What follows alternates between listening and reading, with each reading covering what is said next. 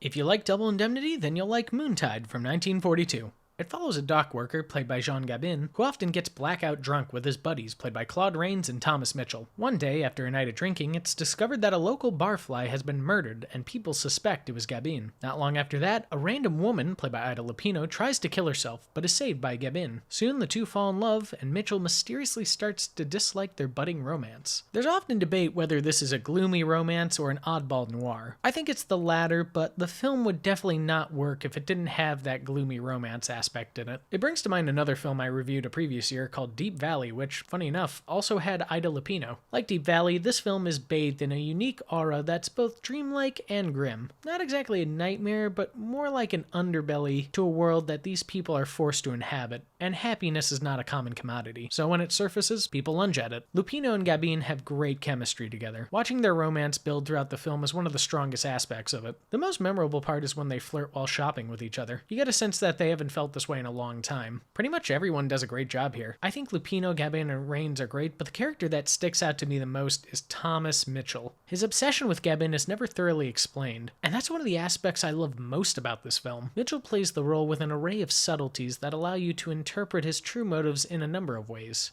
Like it could be that Mitchell is mentally ill and feels dependent on Gabin to feel stable. You could view it as him once having this close friendship with Gabin, and now he's sad that it's withering away. Or you could view it as Mitchell being gay, something the Hollywood Code would not have allowed back then. I particularly think it's this because of two key scenes. One is where Mitchell is hitting Rains with a towel. You get a sense that he's getting a different kind of enjoyment out of it. And a scene where he tells Lupino that he has a dark history with Gabin. Again, this backstory is only hinted at, but it can change depending on your interpretation. I know they give an explanation in the movie that debunks this interpretation, but I never felt like it was strong enough, and Mitchell during that scene feels like he's hiding something. There's a plethora of gorgeous shots throughout the movie. I love the film's use of darkness and fog. There's something so ominous about seeing beams of light pierce through darkness and trail along the fog. They look especially beautiful in the wide shots. I also found a lot of the close-ups breathtaking. I don't know what it is, but they stick out when compared to other films of this time period for me. A connection I found with our last film, Woman in the Window, is Fritz Lang. Fritz Lang was actually the original director of Moontide, but he was fired and replaced by Archie Mayo. I'm glad Lang started as director because his stylistic fingerprints are all over this and elevate it to be better than it should have been.